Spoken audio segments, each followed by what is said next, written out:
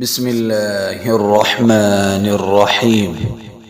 يا أيها الذين آمنوا أوفوا بالعقود أحلت لكم بهيمة الأنعام إلا ما يتلى عليكم غير محل الصيد وأنتم حرم إن الله يحكم ما يريد. يا أيها الذين آمنوا لا تحلوا شعائر الله ولا الشهر الحرام ولا الهدي ولا القلائد ولا آمين البيت الحرام يبتغون فضلا من ربهم ورضوانا وإذا حللتم فاصطادوا ولا يجرمنكم شنآن قوم أن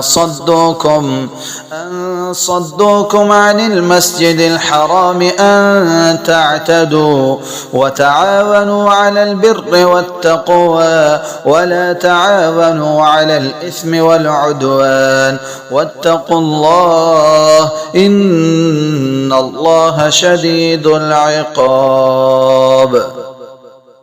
حرمت عليكم الميتة والدم ولحم الخنزير وما أهل لغير الله به والمنخنقة والموقوذة والمتردية والنطيحة وما أكل السبع إلا ما ذكيتم وما ذبح على النصب وأن تستقسموا بالأزلام ذلكم فسق. اليوم يئس الذين كفروا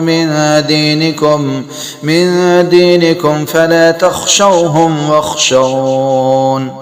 اليوم أكملت لكم دينكم وأتممت عليكم نعمتي ورضيت لكم الإسلام دينا فمن اضطر في مخمصة غير متجانف لإثم فإن الله غفور رحيم.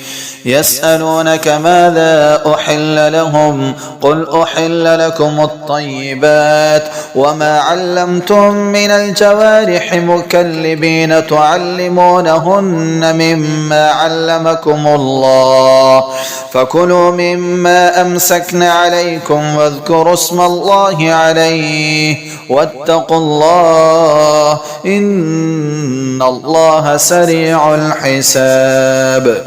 اليوم أحل لكم الطيبات وطعام الذين أوتوا الكتاب حل لكم وطعامكم حل لهم والمحصنات من المؤمنات والمحصنات من الذين أوتوا الكتاب من قبلكم إذا آتيتموهن